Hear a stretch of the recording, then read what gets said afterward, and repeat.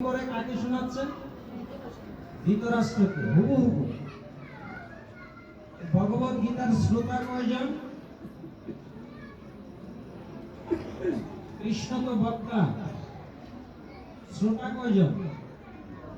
শ্রোতা হচ্ছেন দুইজন, এক হচ্ছেন ধৃতরাষ্ট্র, আরেক হচ্ছেন অর্জুন। ভক্ত হইলেন কে? ভগবত গীতা পড়ে কে ভক্ত হইল? হ্যাঁ, কে ভক্ত হইতে পারছে কৃষ্ণের? অর্জুন। আর কৃষ্ণকে বিশ্বাস করতে পারলো না কে? অর্জুন। ধৃতরাষ্ট্র সে যে বসে বসে সঞ্জয় থেকে শুনতেছে, সে তো কৃষ্ণ ভক্ত হইতে পারে। বলল কৃষ্ণ, এদিক দিয়ে বলল সঞ্জয়। কৃষ্ণ যা বলছেন তাই সঞ্জয় বলতেছে। অর্জুন বলছেন, তোমার সন্দেহে, তোমার প্রসাদে আমার সমস্ত সন্দেহ বিদূরিত হয়েছে।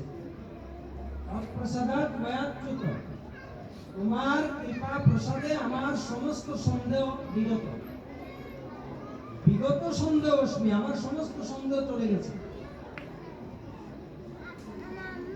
তুমি যা বলবে, করিষ্যে বচনং তব, তুমি যা বলবে এখন আমি তাই করতে প্রস্তুত। ধৃতরাষ্ট্র পেরেছে। গীতা পাঠে আসলেই, গীতা পাঠে বসলেই সবাই কি ভক্ত হতে পারবে? যদি হৃদয়ে ধৃতরাষ্ট্রের ভূমিকা থাকে, ধৃতরাষ্ট্রের ভূমিকা যদি আপনার হৃদয়ে থাকে, আপনি ভক্ত হতে পারবেন।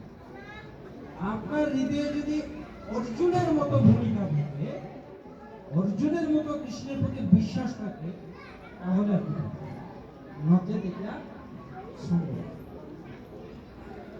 অর্জুন ছিল ভগবান কৃষ্ণের ভক্ত, আর ধৃতরাষ্ট্র তিনি ছিলেন কৃষ্ণ বিদ্বেষী।